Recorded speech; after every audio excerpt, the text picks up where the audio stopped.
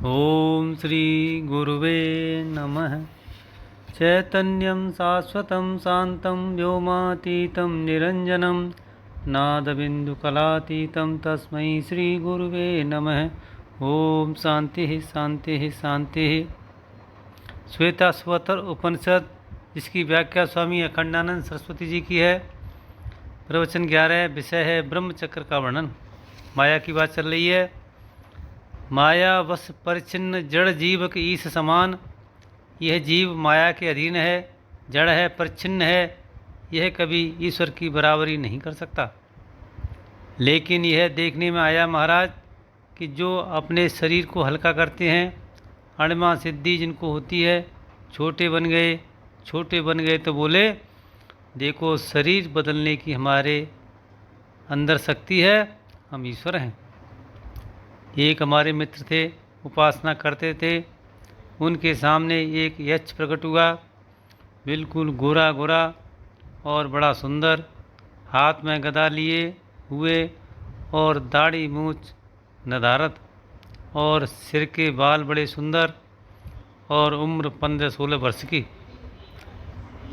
अब सामने आसमान में आकर खड़ा हो गया। मित्र ने पूछा कि तुम कौन हो? तो बोला कि मैं कृष्ण हूँ। बोले तुम कृष्ण कैसे? तो बोला कि आजकल मैं इसी रूप में रहता हूँ। मित्र ने पूछा अब मैं क्या करूँ? मेरे लिए क्या आज्ञा है? कि तुम जाओ और जाकर काम करो, धन कमाओ, तुमको खूब आमदनी होगी, बहुत रुपया तुम्हें मिलेगा। यक्ष तो धन का मालिक होता है ना, धन दे सकता है। अब वह अपने गुरुजी के पास गया और गुरुजी ने उससे पूछा कि क्या कहा उसने? तो बोला कि उसने कहा कि जाओ तुम और कमाई करने लगो, तुम्हें बहुत पैसा मिलेगा। गुरुजी बोले अरे राम राम राम, वह ईश्वर नहीं था। ईश्वर जब किसी के सामने प्रकट होता है तब वह धन की कमाई में या भोग विलास में नहीं लगाता। वह तो अंतर्मुख करता है, वैराग्य देता है, भक्ति देता है, प्रेम देता है, अपने हृदय से लगा लेता है, अपने से मिलाता है। ईश्वर के प्रकट होने का लक्षण नहीं है कि वह हमें संसार में भटका दे। ईश्वर के दर्शन का लक्षण यह है कि वह जीव को अपने पास खींचे, अपने से दूर नहीं फेंके। वे बोले राम राम राम, वह ईश्वर नहीं है। अणिमा महिमा छोटा बड़ा बनने की शक्ति होती है। भला एक साधु था बनारस में, वह छोटा बन जाता था। सामान्य रूप से उसकी उम्र 50 वर्ष की मालूम पड़ती थी। बाल भी कुछ थोड़े थोड़े पके हुए थे, चेहरे में भी कुछ उतार था।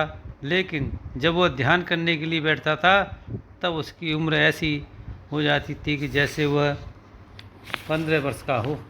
वह कहता था कि हमको इतना रुपया दो तो हम तुमको 15 वर्ष के बनाकर दिखावेंगे, और हमको इतना रुपया दो तो 6 वर्ष के बनकर दिखा देंगे।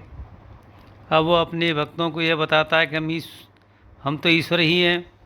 तो फंस गया ना माया जाल के, माया जाल में फंस गया।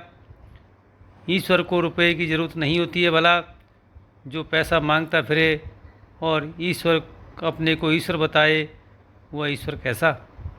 ईश्वर तो वह है जो सबको पैसा देता है।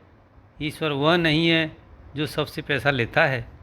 अणिमा महिमा लगिमा गरिमा प्राप्ति प्राकाम्य ईशित्व बसित्व, छोटा बनना बड़ा बनना, हल्का बन जाना भारी बन जाना, चाहे जो और चाहे जिसको प्राप्त करा देना, अपनी इच्छा को दूसरे के मन में भी उत्पन्न कर देना, दूसरों को अपने हुक्म के अनुसार चला देना और परिस्थितियों को बदल देना, ये सब सिद्धियां हैं।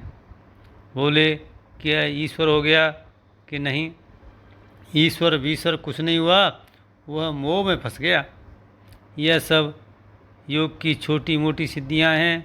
भला इन सिद्धियों में जो फंस जाता है उसी फंसे हुए को मोह में ग्रस्त बोलते हैं।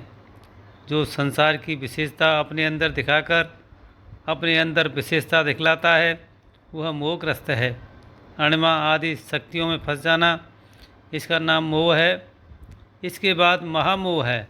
महामोह 10 तरह का होता है। वह क्या होता है कि इस संसार में शब्द, स्पर्श, रूप, रस, गंध, ये 5 प्रकार के रस होते हैं और यही 5 प्रकार के विषय भोगों को स्वर्ग में हमेशा के लिए पकड़ ले कि ये हमारे बने रहें। इस इच्छा का नाम, इस राग का नाम महामोह है। 5 विषय इस लोक के और 5 विषय परलोक के। इसके साथ ही सत्संग को विराम करता हूँ।